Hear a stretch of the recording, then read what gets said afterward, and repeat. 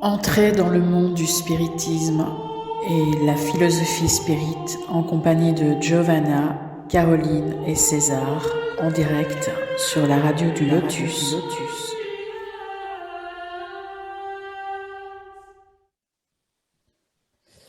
Bienvenue sur la radio du Lotus. Je souhaite une bonne soirée à nos auditeurs qui peuvent nous écrire pour toute question relative à l'émission sur contact@laradiodulotus.fr.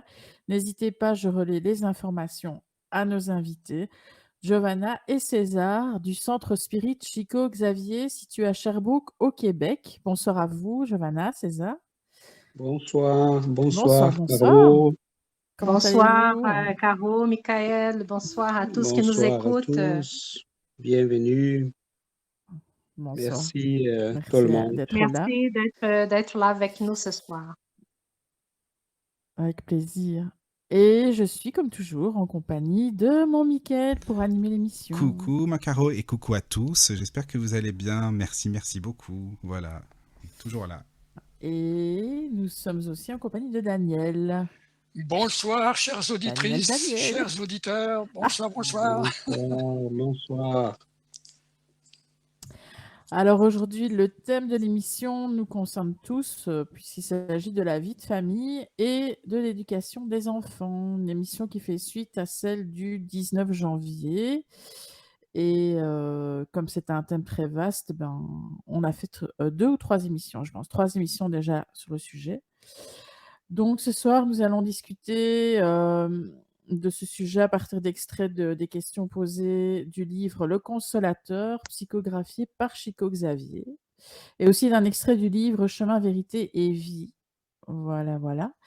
Et on peut commencer par rappeler les endroits où les auditeurs peuvent vous contacter, vous joindre, vous trouver sur Facebook, par exemple. Oui. Nous avons sur Facebook, nous avons un groupe, Centre Spirit Chico Xavier, où nous partageons les messages sur le spiritisme. Nous partageons aussi les audios que nous avons dans notre chaîne YouTube. Donc, pour ceux et celles qui sont intéressés à connaître davantage le spiritisme, nous avons plusieurs vidéos et audios disponibles sur la chaîne YouTube Centre Spirit Chico Xavier. Donc, on vous invite à faire un tour et s'il y a des questions, à nous écrire, à partager, parce que nous, si on prend les questions des gens qui nous suivent, donc les gens qui veulent connaître le spiritisme, qui veulent savoir comment le spiritisme répond à certaines questions. Donc, il suffit de nous écrire et on fait des vidéos pour répondre à ces questions-là. Donc, voilà l'invitation à participer avec nous, à connaître un peu plus sur le spiritisme, à lire les livres qu'on peut trouver aussi sur notre site web chicoxavier.ca. Nous avons une section bibliothèque avec plusieurs livres sur la doctrine spirit disponibles en PDF. Donc, voilà l'invitation pour tous et toutes qui veulent connaître un peu plus sur cette merveilleuse doctrine. D'accord, merci. Alors on peut commencer donc sur le thème la vie en famille, l'éducation des enfants. Voilà.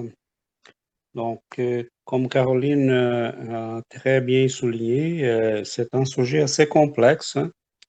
On a eu déjà 2 émissions et c'est certain qu'on aura là peut-être le temps d'en parler davantage, mais pas d'épuiser le sujet. C'est assez vaste. Et je pense que nous prenons aujourd'hui, on va axer un peu sur la question de l'éducation des enfants. Et j'aimerais, en partant, rappeler à tous ceux et celles qui nous écoutent que pour nous, la question de l'éducation est un peu plus complexe parce que la vision que nous avons de l'être humain, ce n'est pas nécessairement celle de nos amis dans d'autres philosophies, chez les matérialistes. Pour nous, en spiritisme, la personne qui va naître là bientôt, c'est surtout un esprit qui a déjà un passé assez chargé, rempli, et qui vient avec des fois des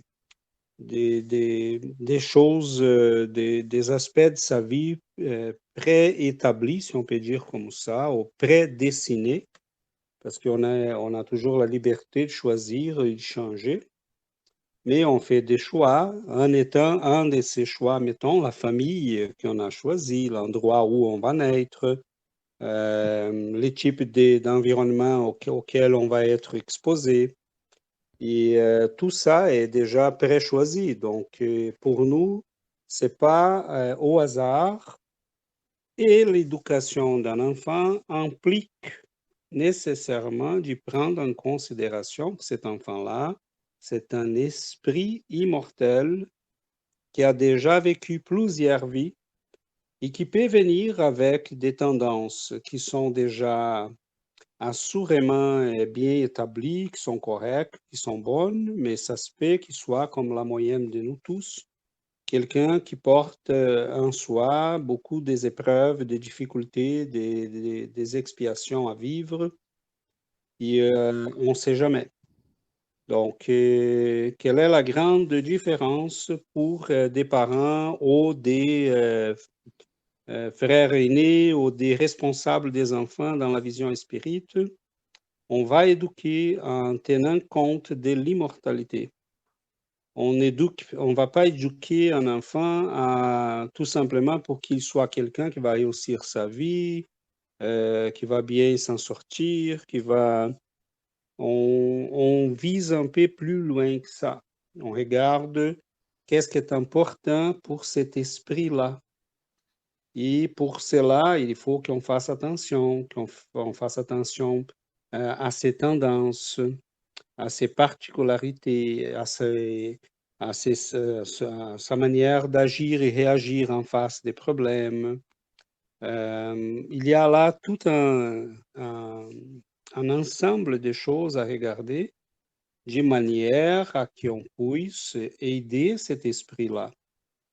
Et pour nous, en spiritisme, bon, pourquoi cet enfant vient chez nous? Pourquoi il va naître de cette femme-là et pas d'une autre?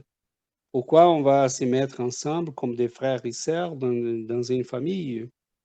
Qu'est-ce qui nous a mis ensemble? Quelle est notre histoire? Pourquoi nous sommes là? Quel est le rôle de chacun dans l'ensemble de la famille? En spiritisme, la vision, ça devient un peu plus large. Et d'une manière, pour faire bref, on est ensemble tout simplement parce qu'on a à grandir, on a des sympathies, on a des choses qui ont été vécues ensemble dans notre passé.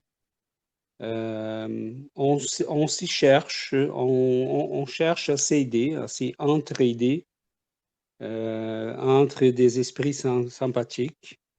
Des fois, il va se trouver avec nous des esprits qui sont moins sympathiques parce que, bon, c'est aussi un des objectifs de la famille.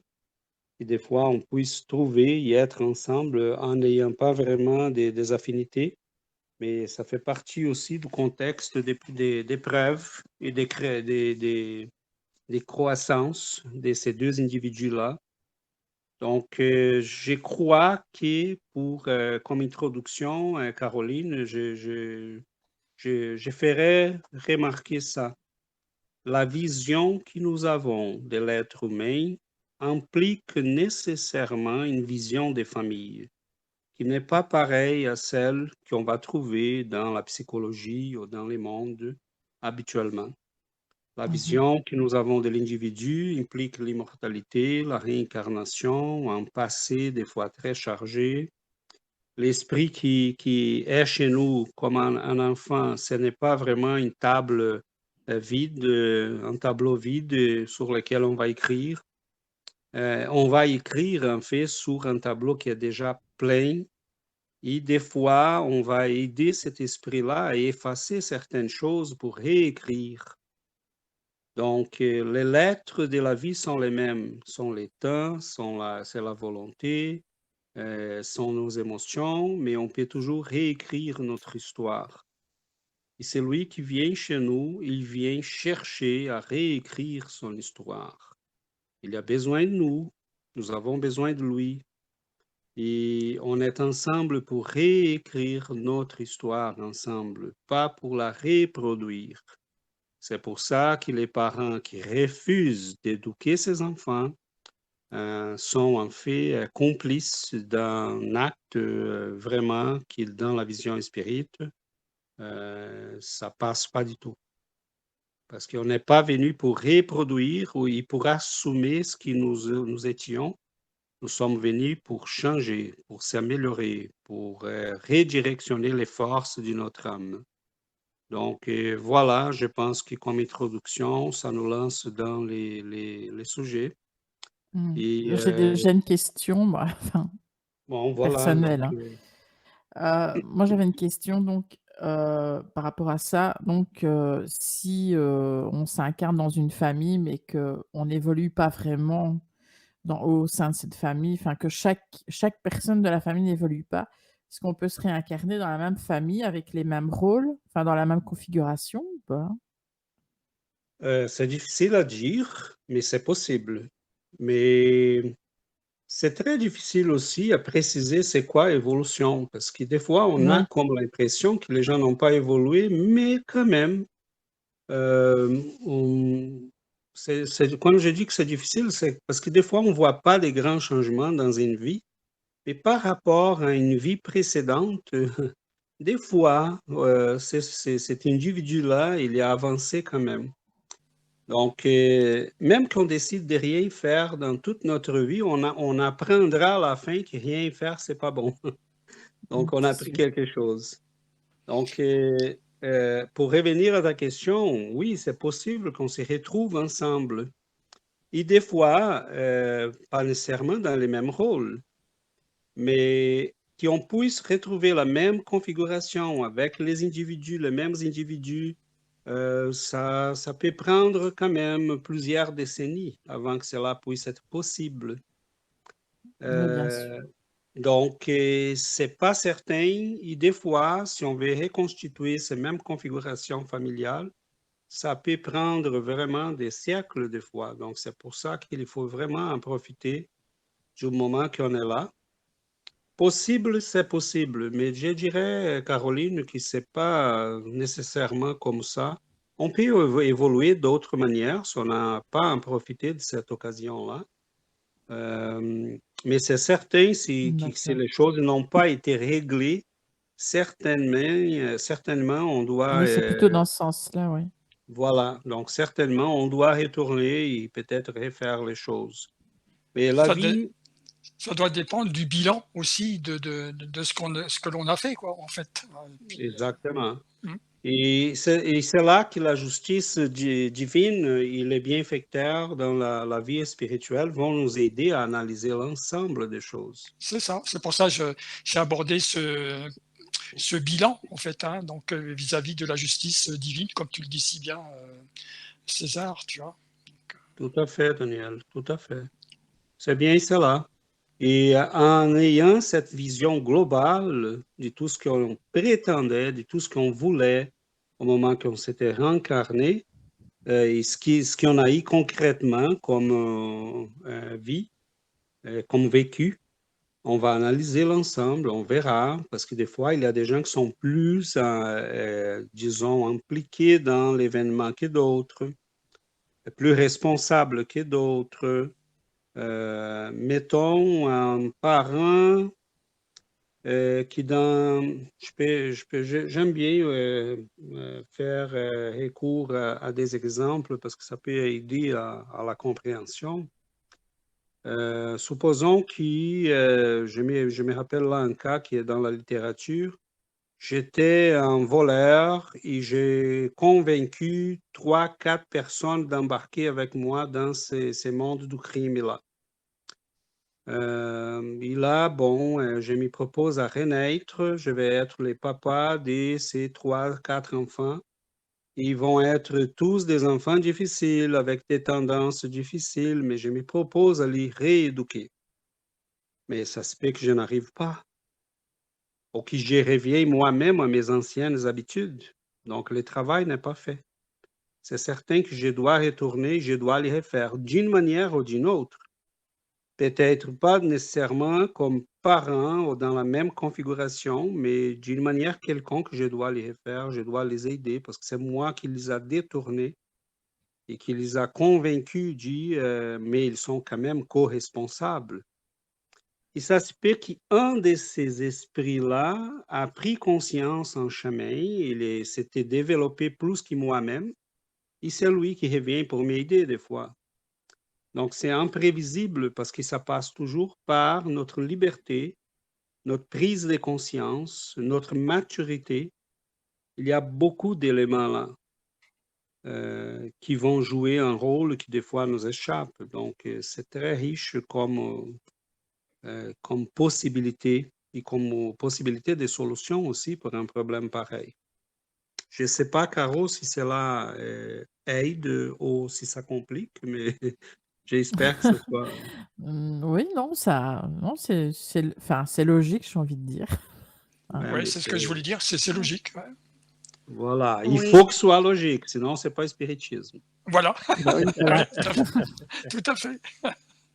Mais je pense que la César, il vient de dire que c'est compliqué, l'organisation, les temps pour pouvoir organiser la naissance d'un enfant, les couples qui veulent être ensemble encore comme couple. Des fois, je pense que La la planification. planification, peut-être que si on change des rôles, peut-être qu'on peut avancer plus vite si on répète notre rôle de notre vie. Donc, je pense qu'il faut qu'on fasse confiance à cette organisation qui vient du plus haut, parce Mais qu'eux, déjà. ils savent, ils connaissent nos besoins, ils savent qu'est-ce qu'on cherche ici dans une nouvelle vie. Mais déjà, rien que la Et base d'être un garçon ou une fille, déjà.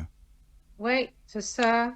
Donc, ça peut changer. Et en changeant notre rôle dans une famille, peut-être qu'on va vivre davantage des expériences qui on a besoin. Donc, je pense qu'il y a tout un dynamisme très, très grand dans cette planification-là. Il faut qu'on fasse confiance parce qu'on participe. Lorsqu'on a un peu plus de conscience, parce que c'est important de remarquer, parce que si on a un peu plus de conscience, on participe à la planification d'une vie. Mais ça n'arrive pas aux esprits qui n'ont pas de conscience. Et donc là, les esprits supérieurs vont décider pour eux. Ils vont planifier leur nouvelle vie, mais dès que nous ayons une conscience, on peut participer à la planification, on va s'y préparer à cette nouvelle vie et on va faire de notre possible pour réussir. Mais lorsqu'on arrive ici, on perd la mémoire et là, c'est un nouveau départ et on amène avec nous les bagages, mais on n'a pas tellement conscience de nos vécus, des expériences que nous avons eues déjà dans les vies précédentes. Mais c'est sûr qu'à notre intime, on connaît déjà quelque chose. Par exemple, une maman, lorsqu'un fils ou une fille arrive, il va sentir quelque chose. Donc, si on peut, par exemple, comparer une maman qui va avoir 2 enfants, sent par rapport à un enfant un sentiment différent du sentiment qu'elle ressent pour l'autre enfant. Donc, ça peut avoir des différences. Donc, on voit là qu'il y a toujours un bagage énergétique avec les enfants qui arrivent. Et là, ça se fait une construction d'une famille. Et avec cette famille-là, on va grandir, on va se renouveler, on va apprendre à se connaître, à se respecter. Et l'apprentissage, comme on avait dit dans notre autre émission, la famille, c'est notre première école. Donc, c'est l'école la plus importante que nous avons ici sur Terre. C'est la famille, c'est notre foyer. Parce qu'avec les gens qui sont autour de nous, Dans notre famille, on va vivre toute une vie différemment avec les amis, comme Michael avait remarqué dans notre émission précédente. Des fois, nous avons des amis et on va s'éloigner pendant la vie, mais avec la famille, non, on va toujours être ensemble. Et donc, la croissance qu'on a avec la famille est très, très remarquable. Les faits qu'on oublie, hein, au moment qu'on revient, on oublie.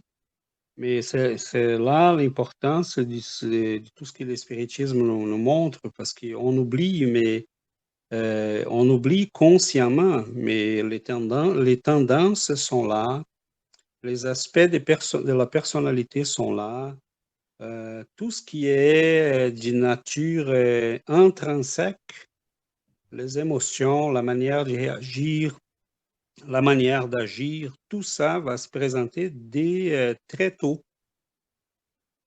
Et il y a là, c'est là qu'il faut qu'on fasse attention, qu'on commence à remarquer l'enfant, qu'on commence à regarder. L'objectif, c'est toujours d'aider. C'est évident que ce ne sont pas tous les parents qui ont cette perception et cette vision. Il y en a même ceux qui vont essayer de cacher, de faire semblant de ne pas voir. Ah, mon fils, il adore là faire quelque chose qu'on sait clairement que c'est pas bon, mais bon, oh, est un enfant, ça va aller. Non, des fois, ça va pas aller, ça va aller mal. Il faut qu'on fasse attention, il faut les ramener à la réalité. Écoute, pourquoi tu fais ça? C'est pas ça, c'est pas bon. Et là, bon, on va trouver les stratégies là pour éduquer cet enfant. Ça prend beaucoup de créativité, des fois, d'intelligence, de perspicace. Ce n'est pas évident. Je ne suis pas en train de dire que c'est facile, parce que chacun de nous peut recevoir chez nous des enfants qui sont assez différents.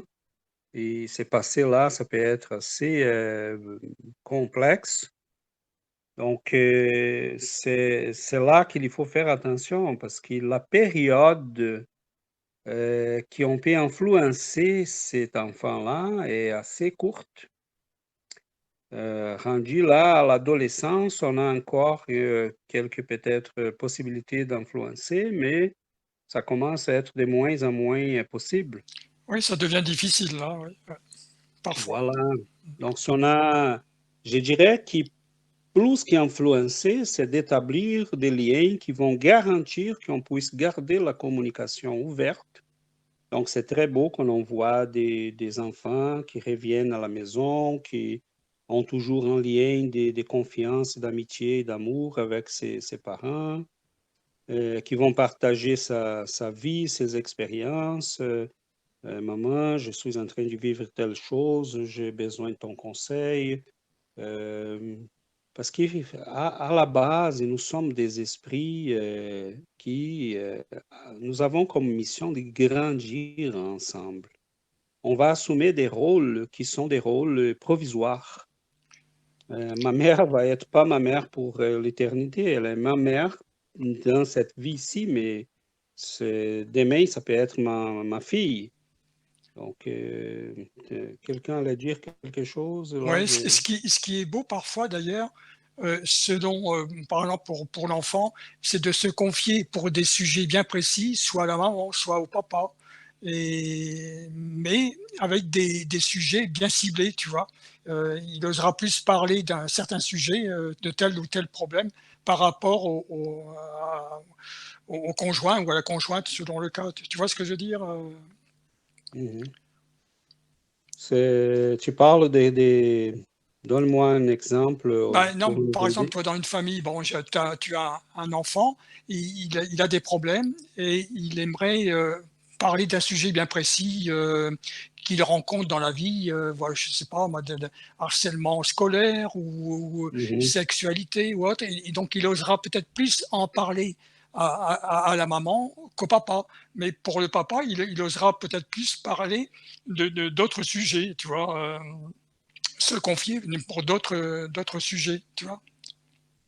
oui, oui, Daniel, oui, c'est ça. Et c'est là que Papa et maman doivent, oui, on peut se partager même cette confiance-là, c'est pas grave. Voilà, Dès qu'il parle à un des deux, dès qu'il voilà. soit capable de se confier à un des deux, et qu'ils les deux après puissent s'en parler. Bien, tout à fait. Euh, Et ce qui est beau, c'est ça, c'est de voir en fin de compte que l'enfant se confie, tu vois. voilà. Et c'est important. Mais là, il faut établir ces liens pour que l'enfant soit capable de se confier. C'est très important. Oui, Donc, ça vient de bas âge, ça vient dès que l'enfant est très petit, que l'enfant oui, soit habitué à s'ouvrir soit avec la maman, soit avec le papa. Mais c'est très, très important que l'enfant s'habitue à ça et fasse confiance pour qui, rendu à l'adolescence ou oui, plus, c'est là où je plus voulais en venir âgé. justement. À Oui, l'adolescence, c'est exactement. parfois un peu plus difficile. C'est là qu'il Et y a un moi, passage, et c'est là qu'il faut essayer de déclencher justement et, cette confiance comment dirais-je, pour l'écouter, quoi, en fait. et ça, c'est une construction, hein. Oui, Oui, c'est évident qu'on peut avoir des enfants qui sont pas. Ça, c'est quelque chose que je pense qu'on doit laisser très clair. Tout ce qu'on parle ici aujourd'hui, c'est on prend la moyenne, hein, parce que on sait que chaque cas, et bien on peut sûr. avoir chez nous un enfant vraiment problématique, difficile. On ne sait jamais. Et d'autres qui sont très faciles, très accessibles, très ouverts. On parle là de la moyenne. Et la moyenne, c'est qui, si on veut que la communication se fasse, il faut l'établir depuis tout petit. Mais des fois, on n'était pas conscient de ça. On a eu l'enfant, on n'en savait pas trop. On n'a pas vraiment eu une éducation très claire par rapport à ça. Donc, on se débrouille, on fait ce qu'on peut. Ça, c'est une autre chose que je pense qu'il faut laisser clair à nos auditeurs.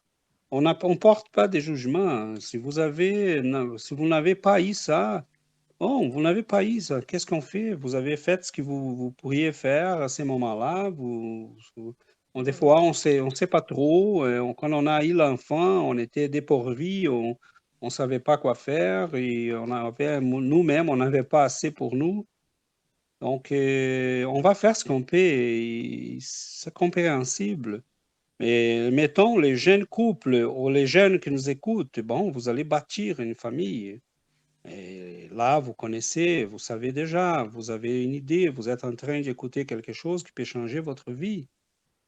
Et ça, c'est important parce que vous allez bâtir une famille. Je vois des jeunes couples qui, bon, on s'y rencontre, et 2 semaines après, bon, on va s'amuser et quand on va parler de la vie, bon, mais c'est très tôt, bon, 1 an, 2 ans, 3 ans après.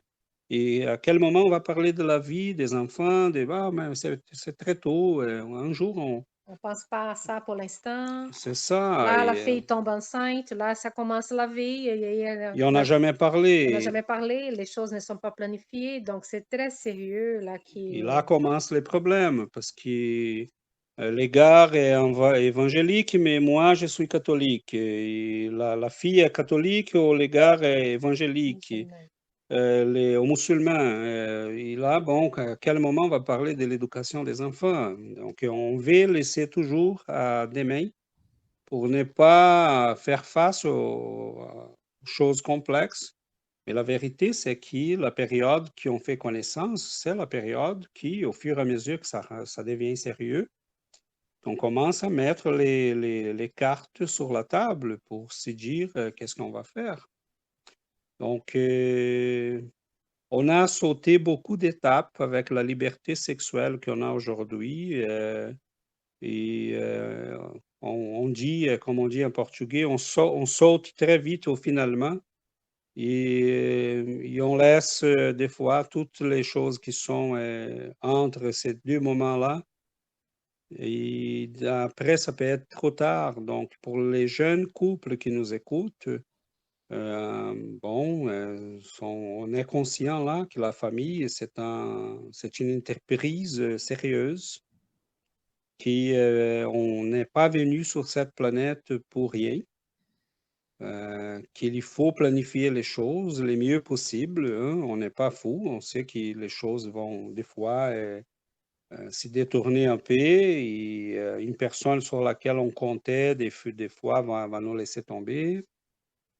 Ça peut arriver n'importe quoi. Donc, il faut comprendre que cette entreprise-là, ça prend beaucoup de dévouement, d'amour et surtout de dialogue. Il ne faut pas laisser à demain. Il faut que le dialogue soit là dès que les couples se rencontrent. Il faut parler. Il faut que tout soit clair.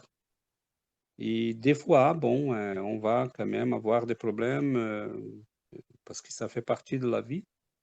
Mais si on est capable de s'en parler, si on est capable de travailler les uns sur les autres pour qu'on puisse s'entraider, bon, on peut avancer ensemble. La famille peut devenir une école plaisante et pas vraiment quelque chose de déplaisant.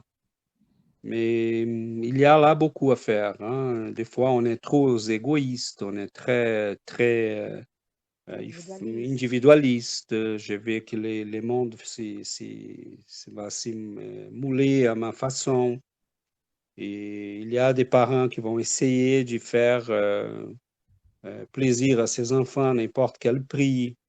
Et là, ils vont se retrouver dépourvus plus tard en face de la vie parce que le monde ne va pas se mouler à eux, ne va pas se modeler à sa façon. Le monde, ce n'est pas comme ça, c'est la réalité qui va se pointer. Donc, il y a tout un ensemble de questions là qu'il faut en discuter. Et je crois que la réflexion qu'on fait ici aujourd'hui, elle a pu aider,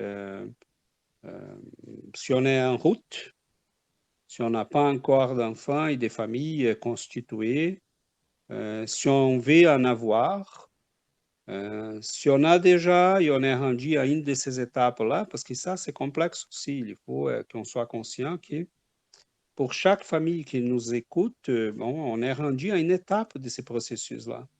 Je peux avoir des enfants de bas âge, mais je peux avoir des adolescents ou des jeunes adultes. La logique n'est pas pareille, ils sont des logiques différentes. Et de toute façon, il y a toujours cette, comment dirais-je, dès que l'enfant commence à grandir, bon, il y a toujours cette évolution et avec chaque fois des changements, hein, aussi bien dans la joie que dans les difficultés. Tu vois, de toute cette étape où l'enfant grandit, c'est vrai qu'on rencontre beaucoup de joie, comme aussi certaines difficultés, hein, c'est vrai aussi, hein. Donc, Oui. alors en plus, là où c'est plus compliqué, comme tu disais, lorsque tu te retrouves à te mettre en couple avec quelqu'un qui a déjà un enfant, par exemple, là, il y a des étapes que l'on n'a pas forcément connues, et là, c'est plus difficile aussi à gérer peut-être au début, tu vois. Oui, tout à fait. Tu vois, là, c'est exactement ce qu'on disait. Chaque Mhm. cas, ça nous renvoie à d'autres fonctionnements logiques.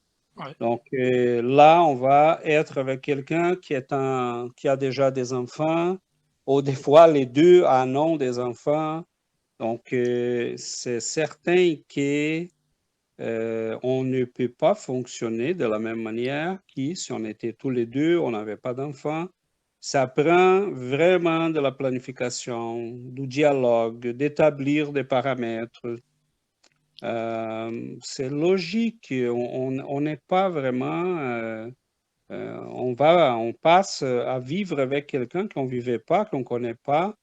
Oui, j'ai rencontré là cette femme, ou la femme a rencontré cet homme-là, mais derrière lui, il y a toute une vie, il y a des enfants, il y a une ex ou un ex. Et c'est certain qu'avant de passer à la prochaine étape, bon, prenons le temps de se connaître, de s'en parler, d'établir des paramètres. Qu'est-ce qui est important pour toi? Qu'est-ce qui est important pour Voilà. moi? Qu'est-ce que tu veux? Qu'est-ce que tu attends de moi? Veux-tu que je parle à cet enfant-là comme si j'étais en charge de lui? Veux-tu que je reste à côté? Là, il faut établir des paramètres. OK? Si la personne a un peu de bon sens, qu'est-ce qu'on fait? On prend le temps de gagner la confiance de cet enfant. On prend le temps, doucement, on ne s'impose pas. On est un étranger qui vient de rentrer dans la vie de cette personne-là. Donc, il y a des gens qui prennent trop de place, qui essayent de s'y placer comme s'ils étaient toujours là. Et la vérité est que c'est pas comme ça. Il y a aussi une logique chez l'enfant, des fois, de s'y opposer. Parce que, bon, c'est un étranger qui rentre chez moi, là, c'est qui cette personne-là, cet homme ou cette femme? Et c'est pour ça que la période des dialogues, des connaissances, de se rencontrer, de se connaître, de bien parler des choses, d'établir quelles sont nos valeurs. On parle de rien, là, on se marie à nouveau, et là, bon, la personne est, je ne sais pas, de Donald Trump et moi, je suis Obama. Bon, oui, ça va pas bien. Là, on a des différences. Oh, mais c'est une petite différence. Et là, on commence à découvrir d'autres différences et d'autres différences. Et là, bon, on voit là qu'on ne savait rien de la personne. Donc, quelles sont tes valeurs? Quelles sont tes perceptions de la vie? Es-tu ouvert à la spiritualité ou pas? Est-ce que ça te dérange si moi je suis quelqu'un lié à ça? Euh, c'est là qu'il faut poser les questions, mais les gens vont le faire après, vont mettre toutes les choses ensemble, et des fois ça ne marche pas. Et je pense que dans la majeure partie des cas, ça ne marche pas parce qu'on saute des étapes. Oui, je crois bien. C'est tout simplement ça. Mhm. C'est pas que c'est écrit qui n'allait pas fonctionner, on est en train de sauter des étapes.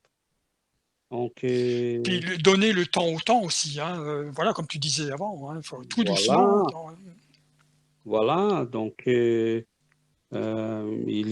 y a des gens qui sont plus faciles, il y a d'autres qui sont plus méfiantes. Donc, il faut se donner le temps et faire attention. Chaque cas, c'est un cas. Ouais. Mais je voulais, avant qu'on passe peut-être aux questions, qu'on pourrait lire peut-être un petit peu, j'aimerais souligner que le spiritisme nous explique qu'on va renaître, on renaît sur cette planète, on recommence presque à zéro parce que c'est merveilleux qu'on puisse oublier notre passé et essayer de rebâtir, reconstruire la vie. Mais une chose qu'il faut faire attention, c'est que plus on avance en âge, plus on avance, plus la force des personnalités du passé vont faire de la pression. Donc, rendu à l'adolescence, c'est en moyenne, ça peut commencer plus tôt ou plus tard, on commence à voir des changements. La psychologie va nous dire, oh, c'est l'adolescence, ce sont les hormones. En spiritisme, on va dire plutôt c'est l'esprit. Les hormones vont tout simplement montrer qu'est-ce qui se passe. Parce qu'il commence, on voit là clairement des changements de personnalité. C'est comme si la personne commençait à devenir quelqu'un d'autre. Et des fois, ça, c'est très subtil, on ne remarque pas vraiment, et des fois, c'est très accentué. Et la question ici pour nous, en spiritisme, c'est simple. Si on n'a pas pris le temps d'éduquer cet enfant, d'en profiter de la période d'oubli, ça peut devenir difficile après parce que dès que les anciennes personnalités commencent à s'y pointer et faire de la pression sur le psychisme, vouloir, c'est comme si elle voulait laisser l'inconscient y venir au conscient, s'y manifester dans la vie de cette personne. C'est là qu'il faut déjà avoir des éléments éducatifs pour qu'il puisse dire non, ça ne me convient plus, je ne veux pas ça c'est pas correct et je passe à autre chose, je vais me battre contre soi. C'est pour ça qu'une éducation des côtés spirituels solides peut aider énormément la personne. Parce qu'en général, qu'est-ce que nous apportons de notre passé? En général, ne sont pas nécessairement des bonnes choses. Donc, si on a reçu une éducation spirituelle solide qui me permet, mettons, de refuser la paresse, le suicide, de refuser de devenir quelqu'un de criminel, De chercher dans la drogue, dans les vices, le soulagement des souffrances. voilà, donc c'est là qu'il faut avoir une perspective spirituelle de la vie, que cet enfant puisse recevoir des éléments d'éducation spirituelle pouvant l'aider à faire face non seulement au monde extérieur, c'est là qui est complexe, mais à cette pression immense des fois qu'il y en a dans les propres individus et qui sont ces personnalités du passé qui essayent de contrôler à nouveau son existence. Parce que soyons bien conscients et mathématiques, hein. Ça fait combien de temps qu'on a oublié qui nous étions? Au moment qu'on va réincarner, la grossesse, ça prend environ là, 1 an. Donc, l'esprit s'approche de la maman au moment que les zygotes là, sont liés, les cellules sexuelles sont liées. L'esprit est attaché de manière magnétique à l'ovule. À ce moment-là, pendant ces 9 mois, il commence doucement à perdre conscience. Et son périsprit commence à se réduire, on perd de la matière périspirituelle. Et on commence à influencer avec les champs magnétiques de notre personnalité, de notre périsprit, la formation de vos corps. Plus les mois avancent, plus on perd conscience. Donc, prenons-la 1 an avant la naissance, et 7, 8, 9, 10 ans là après la naissance, et là on commence à sentir la pression. C'est comme si la vie nous donnait un répit là, un repos de quelques 10 ans, 12, 15 ans, pour dire, on profite de ce temps-là pour refaire, pour rebâtir, pour reconstruire, pour construire de nouvelles bases. Et c'est là que l'éducation donnée par les parents est fondamentale. Parce que si on n'a pas profité de ces moments-là, qu'est-ce qui va guider la vie de cet individu-là? C'est la force de ces anciennes personnalités qui commencent à reprendre le contrôle. Donc, Un peu comme un ancrage, en fait, qui se produit là. Donc, oui, et si on ne donne pas cette solidité-là à l'enfant, des moyens de s'y battre contre soi-même et le monde, là, on voit des enfants qui vont être attirés très facilement par des mauvaises influences, mais il n'aurait pas été influencé si ces choses-là n'étaient pas en lui, ou s'il y avait les moyens de s'y battre contre ça. Donc, voilà. Donc, peut-être que ce serait le cas de lire les premières questions, Caro, parce que c'est justement sur ça qui, dans les livres, Les Consolateurs de l'Esprit Emmanuel, il parle de l'éducation dans la première enfance. Donc, ce sont les premières questions D'accord. dans la première page du livre Les Consolateurs. Question 108. Oui. Oui, Est-ce que tu d'accord. peux lire, Caro, s'il te plaît? Oh, oui. Alors, où se trouve la base la plus élevée pour les méthodes de l'éducation? Alors, la réponse, les notions religieuses avec l'exemplification des meilleurs devoirs de la vie forment la base de toute l'éducation dans l'institut sacré de la famille. Question 109. La période de l'enfance est la plus importante pour la tâche éducative?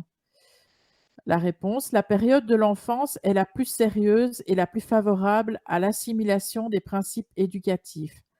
Jusqu'à l'âge de 7 ans, l'esprit est encore dans la phase d'adaptation à la nouvelle existence dont il est chargé dans le monde. À cet âge, il n'y a toujours pas une intégration parfaite entre lui et la matière organique. Ses souvenirs du plan spirituel sont donc plus vifs, devenant plus susceptibles de renouveler son caractère et d'établir une nouvelle voie dans la consolidation des principes de responsabilité, s'il trouve chez les parents légitimes représentants du collège familial. C'est pourquoi la famille est si importante pour l'édification de l'homme et la mission des parents est si profonde devant les lois divines.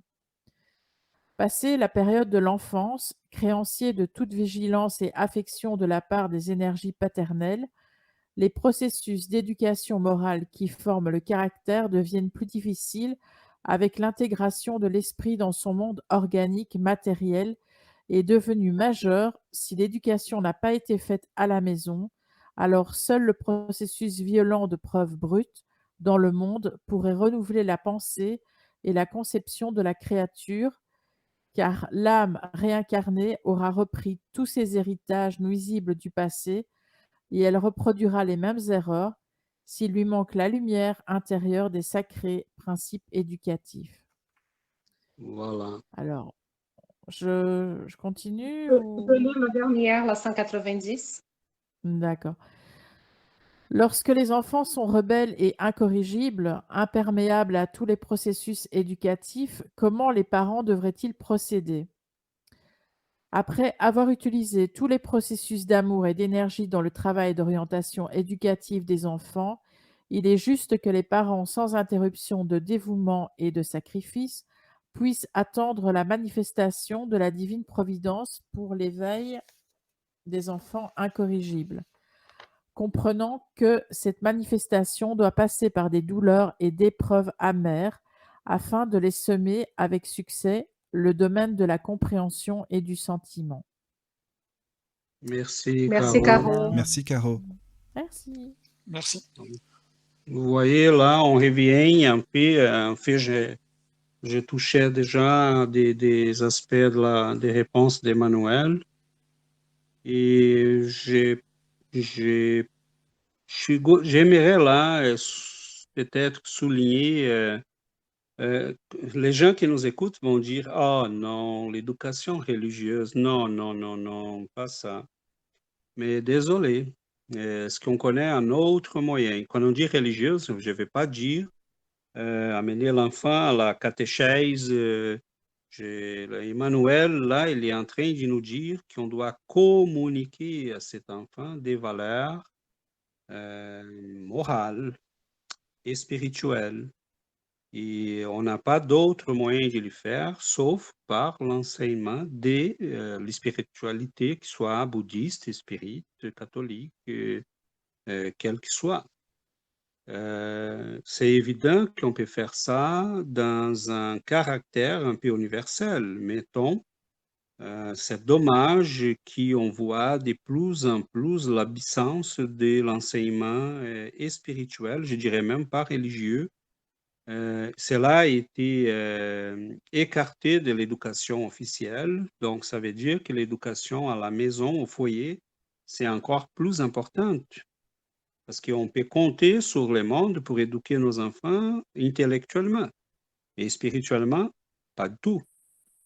Et c'est bien le contraire, parce que les valeurs qu'on trouve aujourd'hui dans les médias, dans toutes l'Internet et tout ça, bon, ne sont pas nécessairement des valeurs très, très nobles. Donc, que fait-on? Je pense que là, on vient sur une question qui nous a été posée aussi par Internet, par notre ami Jérémy. Qui nous disait comment peut-on éduquer nos enfants, les communiquer ces valeurs et la culture spirituelle, si on peut dire comme ça. Et je me rappelle, en lisant Jérémie, je me rappelle que il y a un écrivain, un philosophe, théologien catholique canadien qui s'appelle Northrop Frye. Et c'est un des plus grands critiques au monde de littérature. Il disait dans un de ses textes que toutes les histoires de la littérature occidentale ne sont que des copies de la Bible. Là, j'ai trouvé ça, j'ai dit, mon Dieu, est-ce que c'est un peu trop exagéré? Et là, il donne des exemples dans tous les grands écrivains, dans tous les grands textes, de la reprise des... Et si on commence à regarder, on dit, mon Dieu, qui... Et je me rappelle une expérience personnelle, parce que quand me faisais préparer pour la catéchèse, pour la première communion, je ne savais même pas qu'est-ce que je faisais là, mais j'ai adoré la prof de catéchèse parce qu'elle racontait toutes les histoires de la Bible. Et ça a été ma première formation spirituelle, un peu non planifiée, un peu non voulue, mais j'ai adoré ça. Donc, toutes les histoires des grands personnages de la Bible, toute la complexité, tout est là. Et aujourd'hui, on a comme un vide parce que les gens ne sont même pas au courant de leurs origines spirituelles, de leur formation spirituelle. On vit dans un monde qui a été formé par ces valeurs-là. À un moment donné, on les a écartées et on n'a rien à la place. Donc, on a un grand vide parce qu'on ne parle pas des spiritualités. Et là, on veut qu'un enfant soit éduqué, mais comment justifier, mettons, comment dire à cet enfant ne soit pas égoïste, soit pas méchant. Donc, à un moment donné, on n'aura plus les moyens de dire quoi que ce soit. On va tout simplement accepter le fait qu'on va créer là une créature qui peut devenir assez dangereuse pour les autres. Donc, comment justifier une éducation morale que les gens respectent en société les lois si on a vidé la spiritualité de l'éducation? Ça n'a pas de sens, c'est pas logique. Donc, si on ne peut pas compter sur les mondes, sur l'école, même sur les églises pour faire ça, parce qu'on voit que ça se fait de moins en moins. On voit même en spiritisme au Brésil, il y a une baisse considérable de l'éducation des enfants. Ce qu'on appelle l'évangélisation des enfants. C'est aux familles qu'il faut faire. Donc, pour répondre à Jérémie, je dirais, Jérémie, il y a des Bibles. Je n'ai pas besoin de parler des spiritismes. On peut tout simplement lire avec les enfants. On a des Bibles qui ont été écrites pour les enfants. Ce sont des Bibles avec un langage et avec tout un soin. Il y a des Bibles catholiques et protestantes, mais je parle là des cultures spirituelles. Parce qu'avec ces histoires, on verra, mettons, si on prend l'histoire de Salomon et les deux femmes qui se disputaient un enfant, mettons. Seulement par curiosité, vous savez là de quoi je parle? Michael, Caroline, Daniel? L'histoire de Salomon? Non, Pas moi, comme non. ça, non. Bon. L'histoire de Salomon. Alors écoute, je mélange certainement parce que c'est pas Sarah et Agar, non? C'est Samuel, ça, non? Non, Salomon. Et là, probablement, vous allez vous rappeler, mais là, je sais que Peut-être, oui. Oui, je vas-y, vous oui. mets dans l'embarras. C'est pas Non, mais grave. c'est bien, Ok? César, c'est très bien. ça. L'intention, c'est exactement ça, parce que Oui, ça nous manque, ça nous manque ça, c'est notre histoire spirituelle en Occident, mais on l'échappe carrément. On a des enfants aujourd'hui qui savent même pas c'est qui Jésus. oui, c'est vrai ça. Donc, oui, mais ma fille nous racontait, nous parlait d'une amie à elle qui, mais là, c'est qui Marie, c'est qui José, de quoi tu parles là? Elle ne savait pas de quoi ma fille parlait. Donc, si on revient à l'histoire de Salomon, mettons, Oui, pour vas-y. dire Ouais. à Jérémie, pour donner un exemple de comment peut-on faire, Jérémie. Salomon, il était le roi des Juifs, un des plus grands rois, donc c'est vraiment une période de grande beauté, de grandes richesses pour les peuples juifs. Et Salomon a été considéré un des hommes les plus sages au monde. Tout le monde venait de très loin pour les consulter. Et à un moment donné, il y avait deux femmes qui se battaient pour un même enfant. Tous les deux avaient des enfants. Il y avait un enfant qui était mort pendant la nuit. Et une de ces femmes-là accusait l'autre d'y avoir pris son enfant à elle. Et les deux se disputaient l'enfant vivant, parce qu'il y en avait un qui était mort. Et ils sont présentés devant les rois. Vous vous rappelez, hein? Oui, et la femme, elle a pris, enfin, il a dit mettez une épée au-dessus de la tête de l'enfant, c'est ça? C'est ça. Oui, oui, Donc je connais Salomon alors. a dit, pas de Ouais, problème, je les c'est coupe ça. en deux et vous partez chacun avec un Voilà, morceau. voilà, Et c'est là, ça. Mm. une des femmes a dit, non, non, non, non, tu peux lui donner à l'autre. Et là, il a dit, c'est toi la mère, parce que tu veux tu préfères lui donner qu'il lui perdre, les donner qu'il lui perdre. Et ça, je peux lire ça à un enfant, et là, on peut parler de l'amour, on peut parler de la sagesse, on peut parler pourquoi comment il a reconnu là que cette femme-là était la mère. Et là, on communique une histoire qui va enrichir sa culture et on peut parler des valeurs. Ouais, c'est vrai. Donc, cette richesse-là, on l'a perdue.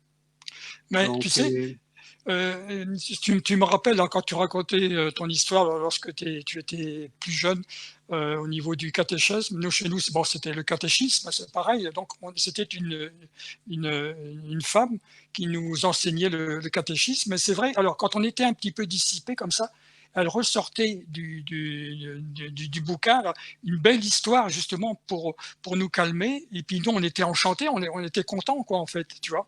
Donc, d'entendre son histoire. Donc, c'est ça. Et les histoires vont rester, hein.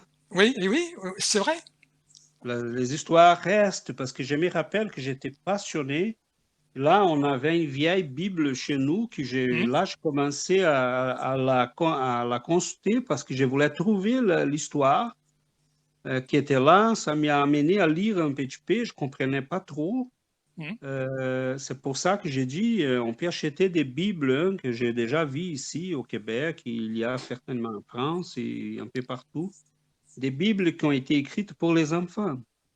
Donc là, toute l'histoire de l'Évangile, de Jésus, du passé biblique, Moïse, l'histoire de Moïse, c'est merveilleuse, c'est extraordinaire. L'histoire de José et ses frères, c'est l'histoire de Samson. Donc, ce sont des choses merveilleuses ça nous amène à réfléchir, à penser, à parler des valeurs, à parler de tout ce qui est humain, de tout ce qui est divin.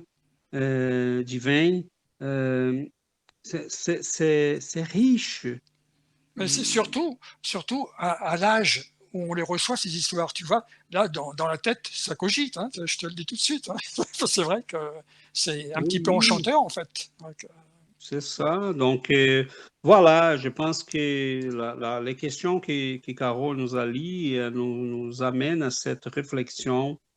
Je pense que c'est urgent qu'on puisse, les gens qui nous écoutent, qui vont composer des familles ou qui en ont des familles et qui veulent rétablir ces valeurs-là, si vous voulez vraiment assurer vos enfants, protéger votre famille, créer un environnement sain et spiritualisé.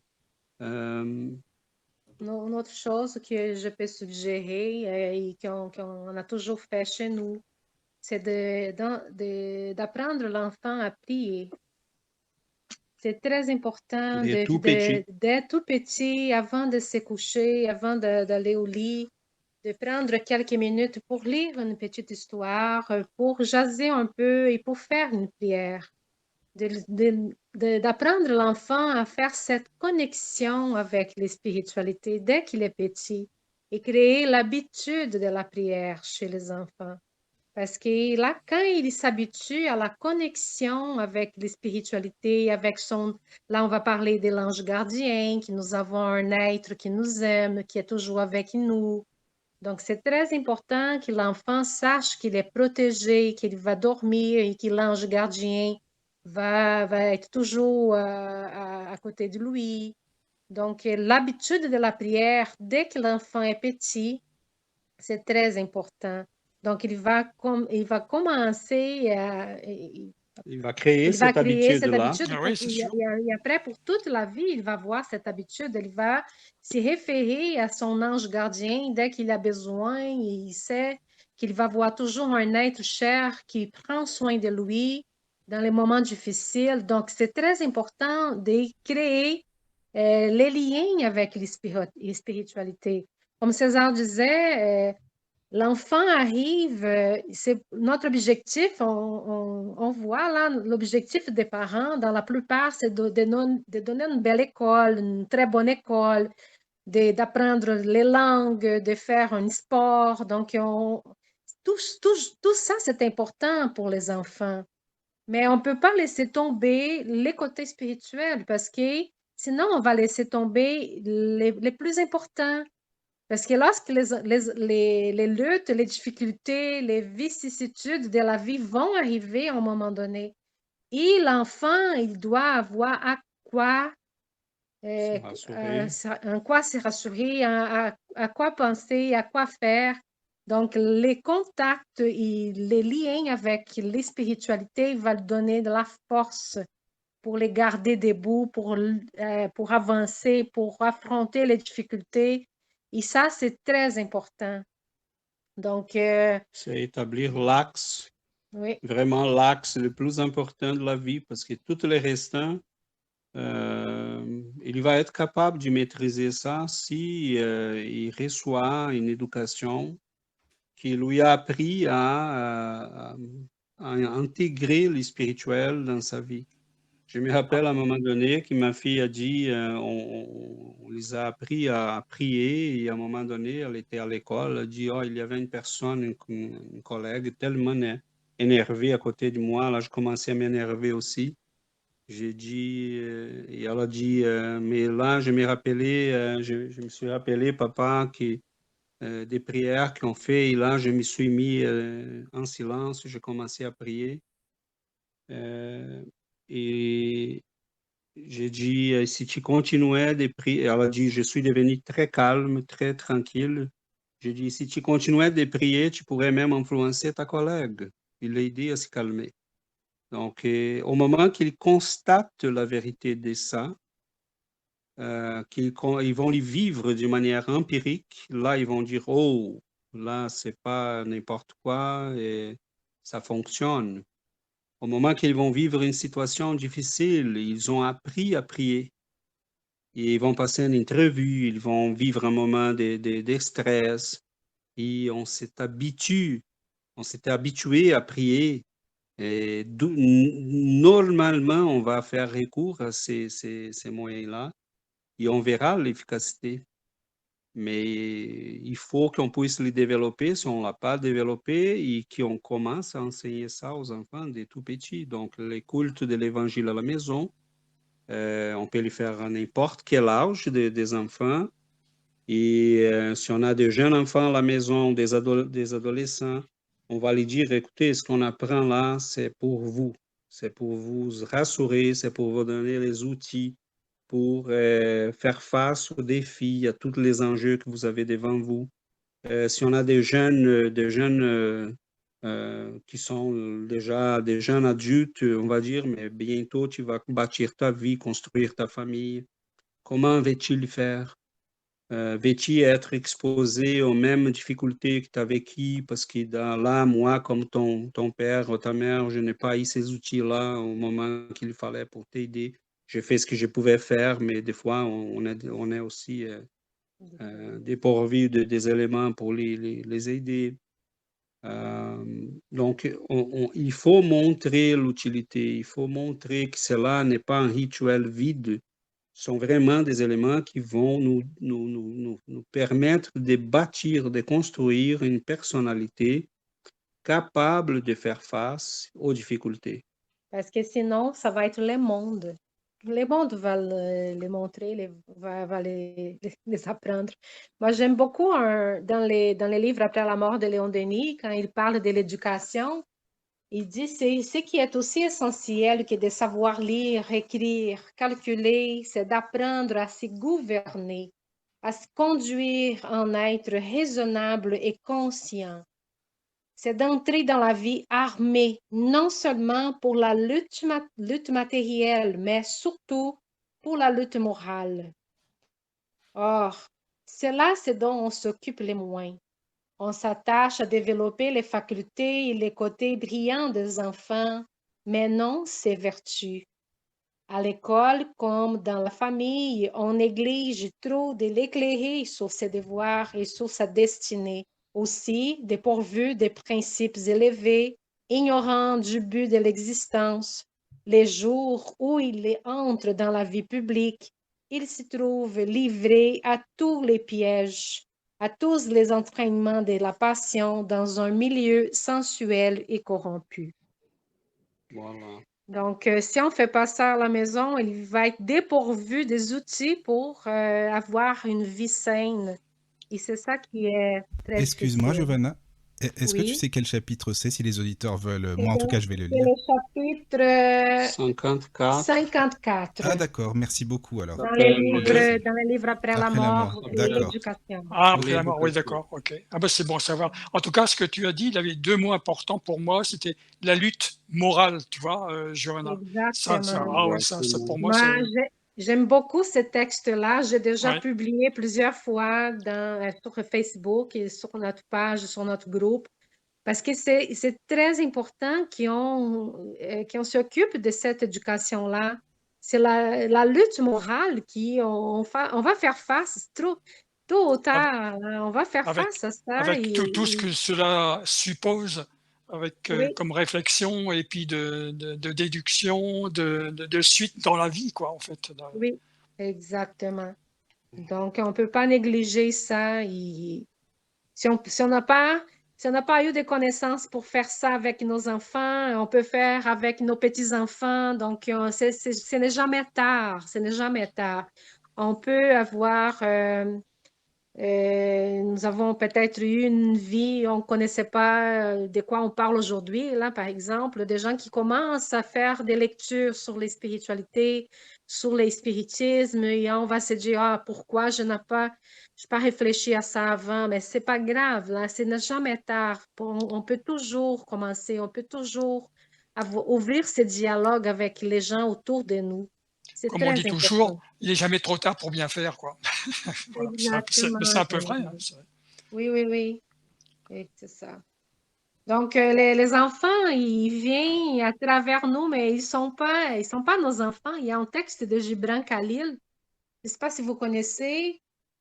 Gibran Khalil lui dit, vos enfants ne sont pas vos enfants. Ils sont les fils et les filles de l'appel de la vie à elle-même. Ils viennent à travers vous, mais non de vous. Et bien qu'ils soient avec vous, ils ne vous appartiennent pas. Donc, ils sont des fils de Dieu. La seule chose que nous donnons à nos enfants, c'est le corps et l'éducation pendant les temps que nous avons le contrôle sur eux, parce qu'après, comme César disait, ils vont s'ouvrir à la vie. Et c'est ça, nous donnons les corps et on offre tout ce que nous avons de mieux à offrir, mais nous avons des âmes. Ce que nous avons chez nous sont des esprits immortels qui ont une histoire, qui ont eu des vies précédentes, qui ont tout un livre déjà écrit, mais nous avons des pages en blanc où nous pouvons écrire. Et comme César disait tantôt, des fois on peut effacer et les aider à effacer une partie de l'histoire pour refaire à nouveau. Et Mais c'est en plus, ça parfois, il y a... l'opportunité de la vie. Pas, Michael? Oui, je disais, parfois, il y a même des enfants, même des adolescents qui rassurent leurs parents, qui essaient de les réconforter, qui sont vraiment qui sont très évolués, quoi, en fait, au final. Tu vois, Oui. qui essaient de conseiller, même parfois des parents qui leur disent, bah tiens, Oui, pourquoi tu fais il pas y a des ça? enfants. Des fois, nos enfants sont plus matures que nous. Oui, ah non, C'est vrai. oui, mais c'est Ils sont vrai, plus c'est ça, quoi. évolués. Donc, vous voyez? On voit que l'âme, on dit qu'ils sont des vieilles âmes. C'est Hein. ça, quoi. Des fois, les enfants, ils sont plus matures, ils viennent pour nous Qui ont enseigner. déjà une pour certaine nous- grandeur Oui. morale, Non, mais quoi. je pensais à ça parce que souvent, Caro, elle me dit, mais oui, mais mon fils, il m'a dit ça, vraiment, il m'a bien conseillé et tout, il m'a bien aidé. Oui, Je dis, oui, ah, mais c'est super, c'est Ouais, Ouais, c'est vraiment, vrai. c'est bien, c'est quoi. ça. Ouais, comme quoi, ouais. c'est ça. Oui, Voilà. mais Oui. je pense, oui, que c'est une vieille âme. Je le dis toujours, d'ailleurs. Mhm. Dans sa C'est façon d'être en général, comme ça, Sa façon de parler, parler, ouais. sa Ouais. façon bien. d'être avec moi, quoi, en fait. Hmm. Ah oui. C'est Parfois, beau on à dirait voir ça. il est plus adulte, parfois. Enfin, pas plus adulte, mais en tout cas égal, en fait. Enfin, je sais pas. Ouais. C'est Sont assez étonnant, en fait. sont des amis de notre passé, des âmes qui nous sont chères. Des Et amours de l'autre passe des vies précédentes. oui, des fois, c'est un ancien père. Des fois, c'est quelqu'un qui est un frère aîné d'une autre incarnation qui nous aimait.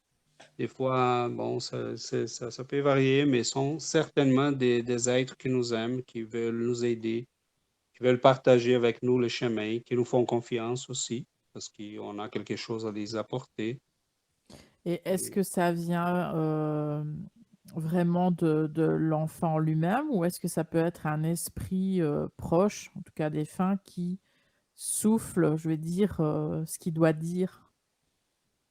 c'est possible que cela arrive, mais en général, si c'était un esprit qui les soufflait, ça serait quelque chose dit sporadique, Oui, éventuel. sporadique. Ah oui, d'accord. Mais s'il y a une attitude en général bienveillante, amicale, qui veut protéger les parents en question, c'est plutôt sa nature. Et cela, oui, ça peut, un esprit bienveillant, un guide peut en profiter de cet amour, de cette bienveillance pour nous glisser des mots des fois. Mais cela est déjà chez l'enfant. Il y a Mhm. cette nature, il y a cet amour-là, il y a cette bienveillance. Donc, des fois, c'est surprenant comme un enfant peut nous dire des choses qui Hmm.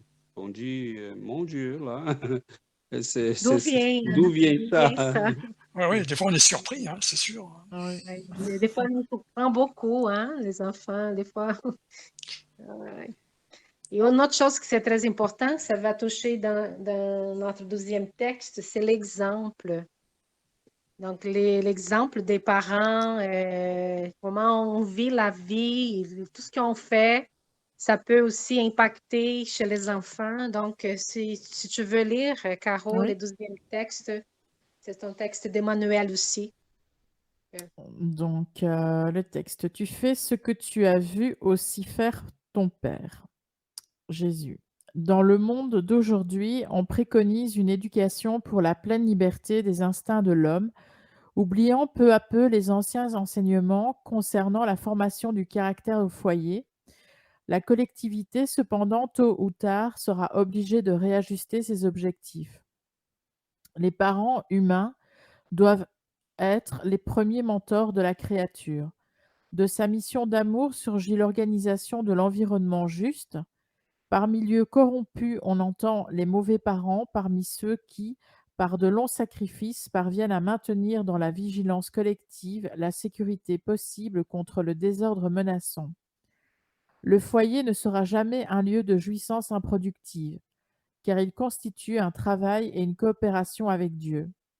L'homme ou la femme qui veut être à la fois parent et jouisseur de la vie terrestre est aveugle et finira ses efforts insensés, spirituellement parlant, dans la fosse commune d'inutilité.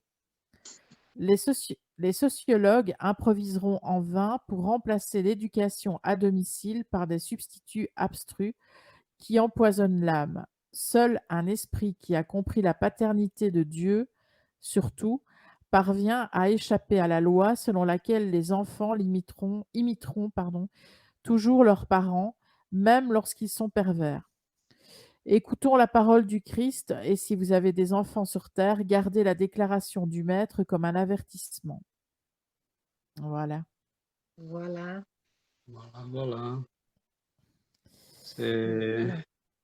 Les enfants sont très